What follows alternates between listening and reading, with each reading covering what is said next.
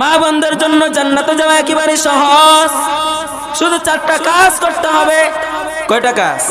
4টা কাজ যদি কোনো মা বোনেরা করতে পারে, হাদিসের মধ্যে বিশ্বনবী মুহাম্মদুর রাসূলুল্লাহ সাল্লাল্লাহু আলাইহি ওয়াসাল্লাম জানায় দে, ওই নারী জান্নাতের 8টা দরজার যে কোনো একটা দরজা দিয়া জান্নাতের মধ্যে প্রবেশ করতে পারবে। 4টা কাজ করলে জান্নাত তার জন্য হয়ে যাবে।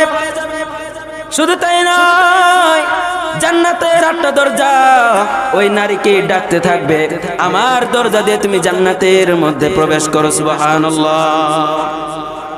1 নাম্বার হলো সময় মতো 5 ওয়াক্ত নামাজ। 2 নাম্বার ওসামাত শাহরহা, রমজান মাসের রোজা রাখা, রমজান মাসের সিয়াম পালন করা। 3 নাম্বার আতাআত বালাহা, 3 নাম্বার স্বামীর আনুগত্য করা।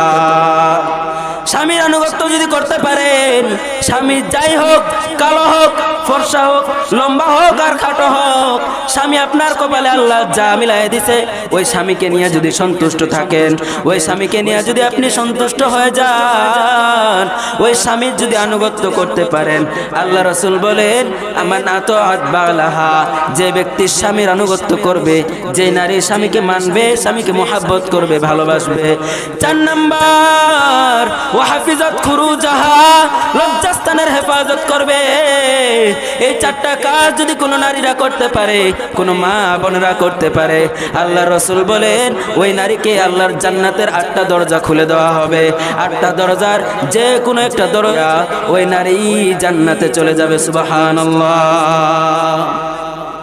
আল্লাহ রাসূল বলেন এই 4টা কাজ করার পাশাপাশি কিছু কাজ থেকে বিরত থাকতে হবে। এর মধ্যে একটা হলো কড়া পারফিউম মাখা যাবে না। কড়া পারফিউম মানে এমন ঝাঁঝালো ঘ্রাণ, যেই ঘ্রাণ মেখে রাস্তায় বের হলে অন্য পর পুরুষেরা তার দিকে তাকায়, অন্য পুরুষেরা তার দিকে আকৃষ্ট হয়, এমন কোনো ঘ্রাণ শরীরে ব্যবহার করা যাবে না।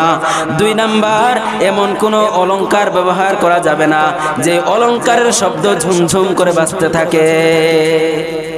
এমন ঝুমকা পায়ের মধ্যে দিছে, এমন নূপুর পায়ের মধ্যে পড়ছে, যে নূপুরের আওয়াজ প্রত্যেক কদমে কদমে ঝুমঝুম করে বাজতে থাকে।